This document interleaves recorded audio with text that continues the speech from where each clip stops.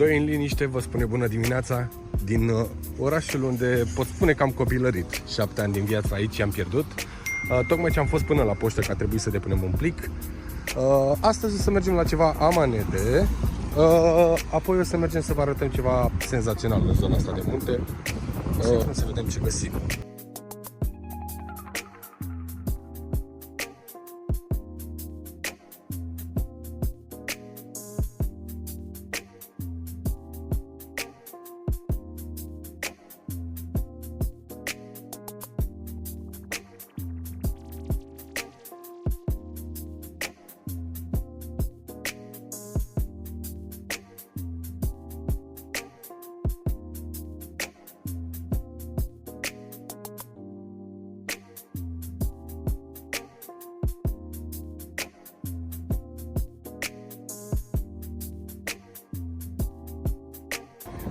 Se pare că la primul amanet nu am găsit mai nimic.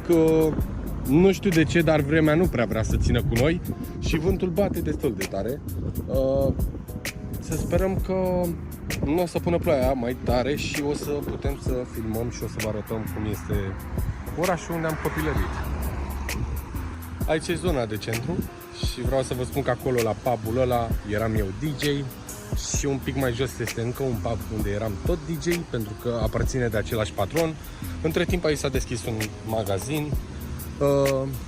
Aici veneam și mâncam. Am învățat, nu știu ce sunt ei, dar i-am învățat să facă shawarma și, din păcate, din fericire pentru ei, au succes.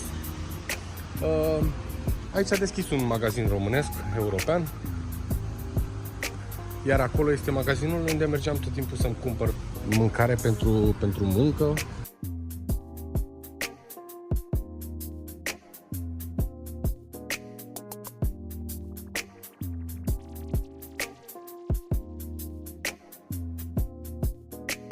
Ce voiam să vă spun e că sus acolo la turnul ăla unde este ceasul este o cameră online unde poți intra și vedea toată zona. Cât timp am fost în țară, tot timpul intram pe cameră și mă uitam să văd ce mai este pe aici. O să venim și o să prezentăm și aici Bradul și cu ce au pus ei de Crăciun. Săptămâna trecută a fost un eveniment care se ține la ei în fiecare an, cu Moș Crăciun, camioane, tiruri, ambulanțe și tot așa, care vin împodobite cu instalație de Crăciun. Un moș care vine și se pune acolo și dă cadouri copiilor. Dar o să vedeți pe parcurs ce... Vreau să vă arăt unde am stat.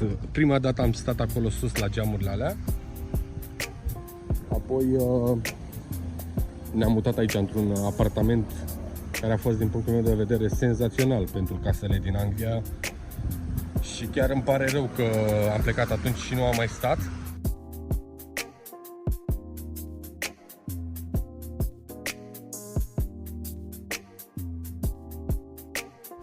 Aici este apartamentul unde am stat noi. Am zis să luăm și o cafea aici în magazin unde veneam tot timpul și proprietarii sunt prieteni cu noi. Hello bro, ok? Yeah. Haideți să vă arăt de unde luam tot timpul mâncare. Bineînțeles, cornurile astea sunt alea bestiale. De care cafea vrei? Ori de așa, ori de așa. Mașină de spălat care nu mai funcționează? Eu sunt Gica instalatorul. Mă poți contacta la numărul 22 22 22. Vă mulțumesc!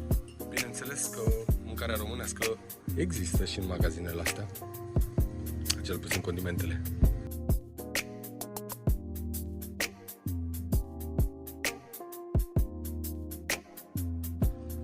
O să vreau să vă pun câteva clipuri pe fundal cu mine la 17 ani, cred, când făceam vloguri aici. Deci, nu știu, am o senzație așa de...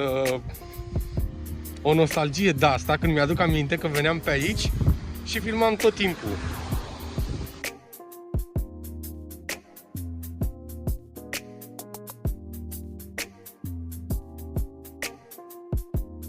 Deci, ca să fiu sincer cu voi, sunt pe gânduri dacă să mă întorc înapoi sau să nu mă întorc înapoi.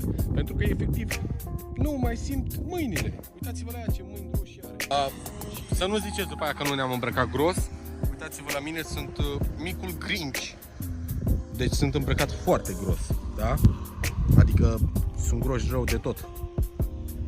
Sper că o să ne înțelegem, pentru că n-am mai rezistat. Norocul meu a fost că am avut ghiozdanul pregătit și mi-am băgat ca gula. O să vorbesc mai tare ca să fiu sigur că mă aud. Am dat comandă și de lavaliere, am dat comandă și de ochelari.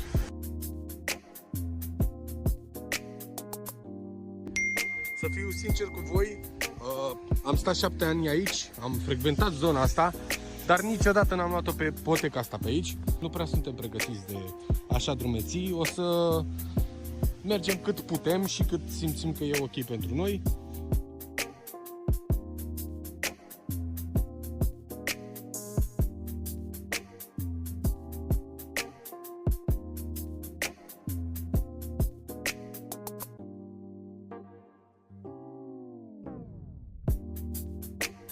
Priviți cât de cuminți sunt rațele și vin tot timpul spre mal, crezând că le dăm mâncare. Și sincer să fim mofti că nu am luat o punguță de aia de pâine, ca să putem să le dăm să mănânce. Hello! Yeah. Lumea e foarte prietenoasă aici. Opa, văd că a început să se pună ploaia un pic mai rău. Ceea ce îmi place aici este că nu este un pământ jos, este ceva care, nu știu, pe timp de ploaie nu se face mocirlă de aia să te faci de noroi. Ceea ce e bine pentru noi. Uitați-vă la melcul ăsta al meu unde s-a dus ca să filmeze videoclipurile pentru Instagram. Uitați-vă la ea unde stă. Tocmai ce spuneam mai devreme, ne-am întâlnit cu un domn care își plimba cățelul liniștit. Foarte prietenos și lumea te salută, te întreabă dacă ești bine. E, nu știu, pentru mine, după 7 ani de zile, 8 ani de zile, am același vibe și aceeași părere că țara asta chiar e o țară minunată. Pentru că oamenii oarecum sunt educați. Nu toți, pentru că vreau să profit acum că mă auziți ok și nu mai bate vântul. Vrem să vă mulțumim din suflet pentru toată susținerea pe care ne oferiți și vă promitem și vă garantăm că în continuare o să facem vloguri și o să ne ținem de treabă. Doar că trebuie să ne ajutați cu un like, un comentariu, un subscribe, o distribuire, tot ce vreți voi. Pentru noi înseamnă foarte mult și vă mulțumim din suflet.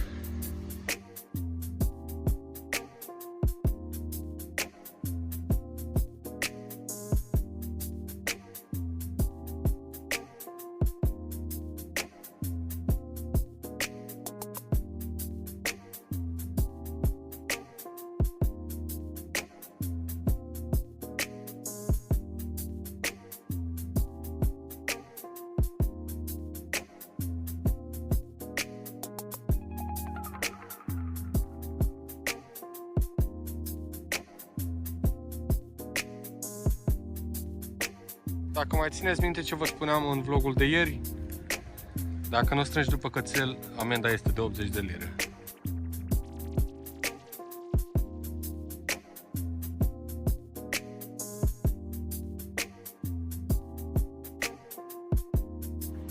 Priviți ce plouă și cu ocazia asta vreau să-l salutăm și pe David, nepotul lui Alexandra, ceea ce înseamnă că este și nepotul meu. Pentru că îi place și lui ceea ce facem și de ce să nu-l salutăm.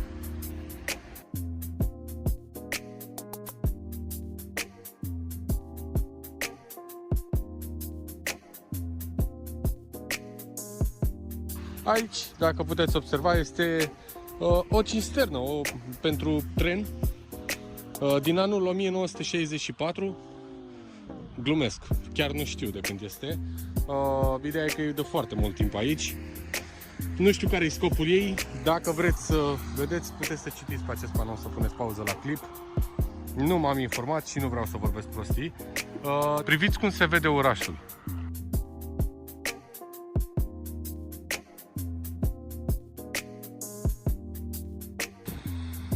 Uitați-vă la prietena mea cum aleargă și încearcă să vadă dacă merge camera aia, dacă îi arată ce viteză prinde. Pentru că aceea este o cameră care se aprinde în momentul când depășești limita de viteză. De ce te-ai băgat în băsieți? După cum spuneam și mai devreme, vlogul ăsta am cam tot vorbit de vlogurile mele anterioare unde veneam și filmam aici. Și da, chiar pentru mine este o nostalgie că vin din nou și filmez după atâția ani. O să vedeți pe ecran și vlogul unde veneam și filmam singur de nebun. că nu aveam cu cine să filmez, dar îmi plăcea să fac chestia asta. O să intrăm puțin în pădure și o să vă arăt cum se vede orașul de acolo de sus.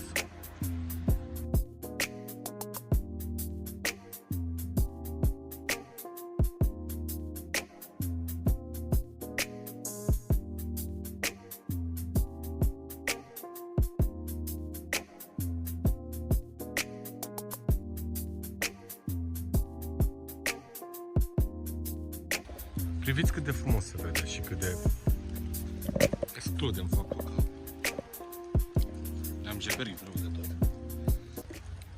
Ținând cont că suntem la 1 kilometru de strada principală, tot se aude gălăgia, dar picăturile astea de ploaie cum cad și priviți cum se mișcă pomul ăsta.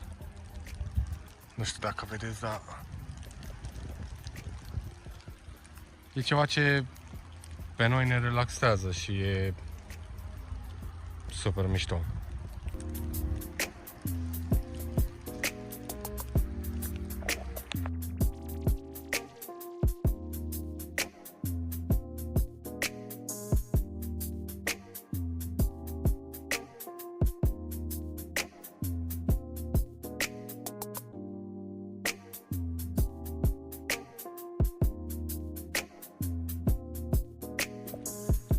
Că am preluat eu camera, vreau să vă aduc aminte să apăsați butonul de like, de subscribe, pentru că ne ajută foarte mult. Pe bitul meu plouă. Și acum ne îndreptăm spre Cinderford. Ne întoarcem din drum pentru că deja e foarte răcoare afară și am înghețat, chiar am înghețat de frig. Iubire, ce faci acolo? Vedeți dacă nu dați like? Ce furios e ăla? Dați like! Și subscribe! Update, nu mai putem, am obosit rău de tot. O să intrăm la farmacie să ne luăm ceva pastile și de gât, pentru că e groaznic, cel puțin la mine dos.